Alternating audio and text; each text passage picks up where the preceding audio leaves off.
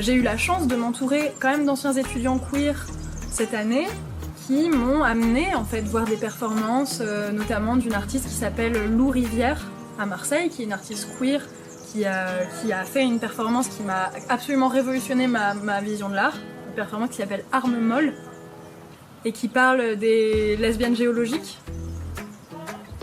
Si vous avez l'occasion de la voir, je sais qu'elle la fait pas beaucoup, mais je vous le conseille. Lou Rivière, c'est quelqu'un qui m'a vraiment énormément apporté parce que elle se détache de tout ça. Mais tout en admettant quand même une forme d'intellectualité dont moi j'arrive pas du tout à me détacher, notamment du fait de ma neuroatypie. Je suis un corps, certes, mais je suis aussi dans ma tête, quoi. Ça joue beaucoup aussi dans ce que je produis. Et voilà, elle m'a apporté ce retour à la nature, cette déculpabilisation aussi du fait que ce soit pas tout le temps parfait, mais en fait on s'en fout, parce que c'est ça aussi, quoi. C'est du bricolage, c'est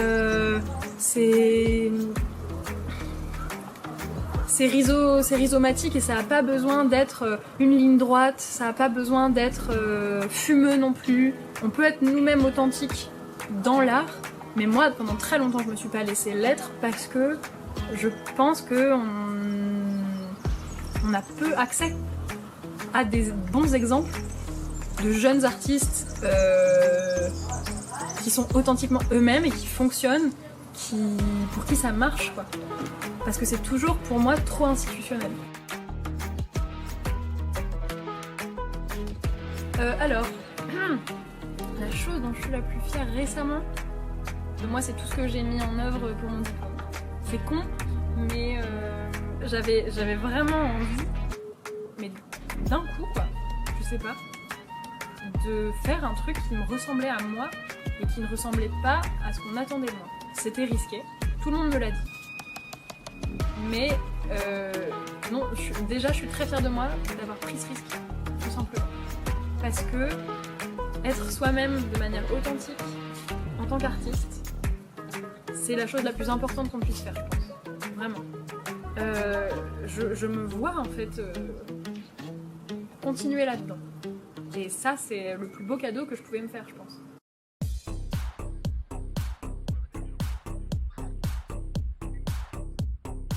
En école d'art, on nous demande effectivement beaucoup d'enlever de l'individuel au profit de l'ouverture, de l'interprétation. Personnellement, j'ai envie de dire bullshit. C'est personnel. Je comprends tout à fait qu'il y a des gens qui aient envie de faire un art esthétique ou intellectuel, etc. Si je ne mets pas de l'émotion, si je ne mets pas mon émotion dans l'art que je produis, non seulement je prends pas de plaisir, et puis ça se sent que c'est pas très intéressant. J'ai grandi, entre guillemets, dans l'art avec Boltanski, avec Abramovitch, avec Louise Bourgeois, voilà.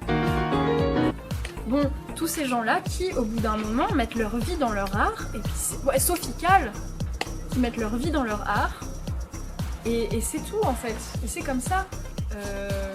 Je produis de l'art de là où je suis.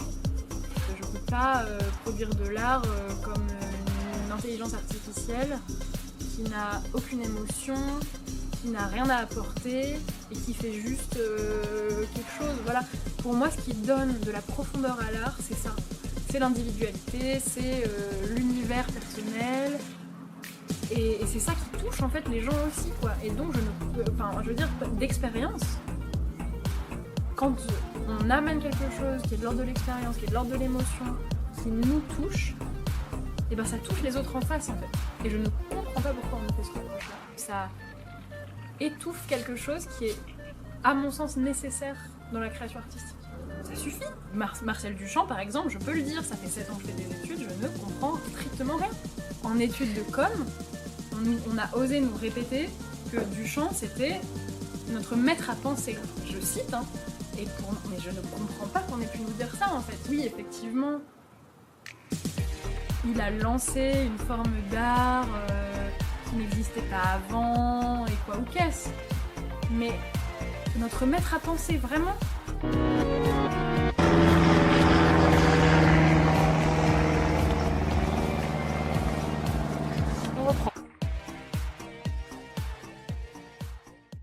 Mais j'ai envie de dire grand bien vous fasse. Enfin, moi, la colère nue contre les murs, je trouve ça très bien, en fait. Il y a aucun... enfin, tu vois, pour moi, déjà, je comprends pas que ce cliché-là de la performance ne les excite pas. Déjà, en fait. Quand j'ai découvert Abramovich, quand j'ai découvert...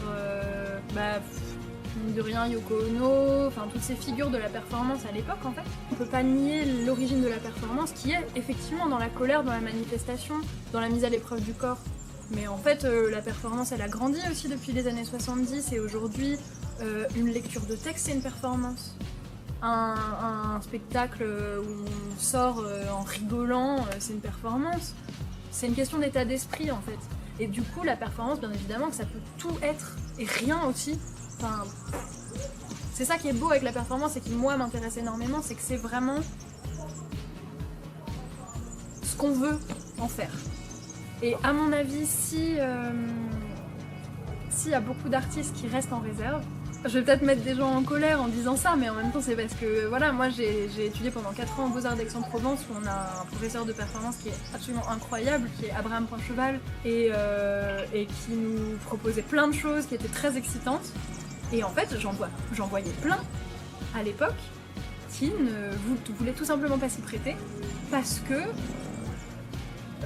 potentiellement peur d'être ridicule, peur de se montrer, peur d'être le centre de l'attention. Et en fait, je pense qu'il y a souvent un manque cruel d'autodérision dans le milieu de l'art. C'est beaucoup d'élitisme, mine de rien, mais est-ce que tu as essayé à un moment de juste t'amuser? Parce que j'ai l'impression aujourd'hui qu'on oublie beaucoup cette dimension-là, de la création artistique, du processus artistique et de l'art de manière générale. Est-ce que pourquoi en fait on sépare l'art de l'amusement? Pourquoi il y a un moment où quand on est enfant, on nous met un petit tablier, on nous fout de la peinture sur les mains et on nous dit amuse-toi? Et pourquoi aux Beaux-Arts, en école d'art, dans le monde de l'art actuel, pourquoi l'amusement, il est comme ça retiré? Et je comprends totalement qu'on ait envie de prendre ça au sérieux. Je le prends au sérieux. Mais on peut prendre quelque chose au sérieux tout en se poilant le cul et en se roulant par terre en fait.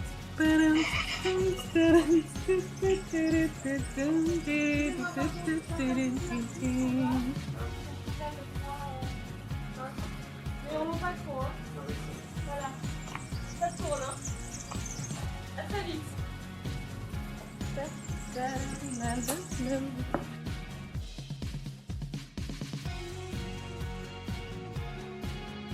Je pense qu'il y a un trope très toxique aujourd'hui qui perdure, je ne sais pas pourquoi il perdure, très énervant, qui est tout simplement, oui, le trope du poète maudit. Et qu'on romanticise énormément. Et ça, je pense que c'est vraiment très problématique. Notamment, je vais prendre l'exemple de Van Gogh, puisque c'est l'exemple le plus connu, de la folie de Van Gogh, qui mangeait de la peinture jaune pour avoir le soleil à l'intérieur de lui. Non, il mangeait de la peinture jaune parce qu'elle était toxique et qu'il voulait se buter en fait. Il était pas bien dans sa vie, ça n'allait pas, c'était vraiment une souffrance. Aujourd'hui, je pense qu'il y a vraiment ce cliché aussi qui reste, avec autour de la neuroatypie de « Ah mais t'es artiste parce que tu souffres ». Non, je suis artiste parce que ça me change les idées, ça me sort de ma tête. Ça me fait me marrer, ça m'a fait rencontrer des gens qui sont comme moi et avec qui je me poile tous les jours en fait.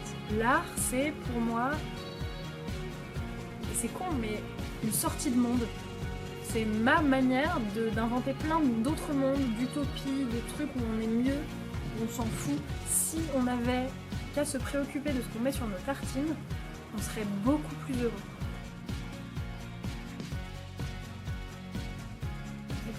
Moi je te répondrais les deux. Du houmous. Tartine grillée pour moi. Chaud, sur lequel ce que tu as tartiné dessus fond un peu comme ça. Ça rappelle la baguette chaude qui sort du four quand t'as 5 ans et qu'on te donne le quignon. Et enfin c'est incroyable. Enfin, pain grillé tous les jours.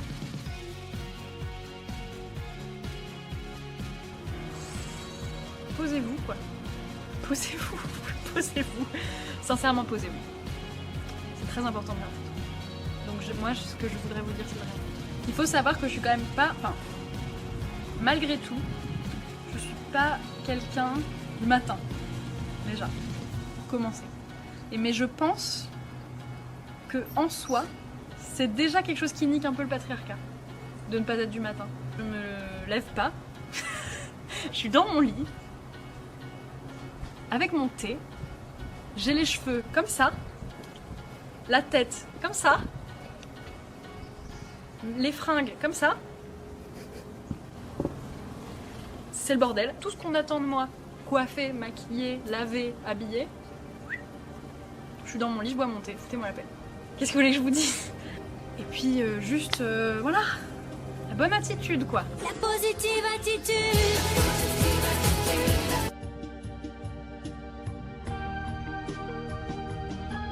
J'étais seule chez moi, parce que je vis avec des gens, donc j'étais seule.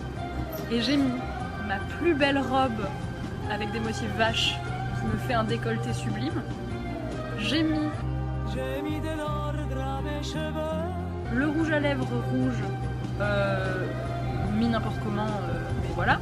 Je me suis foutue de l'eyeliner un peu de partout. Un peu plus de noir sur mes yeux.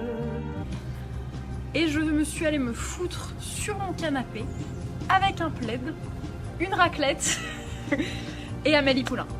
C'est la meilleure soirée avec moi-même que j'ai passée depuis très longtemps. J'adore la solitude. Je suis bien toute seule des fois, ça fait du bien vraiment. Hein. L'introspection, c'est vraiment quelque chose qui fait du bien, je trouve.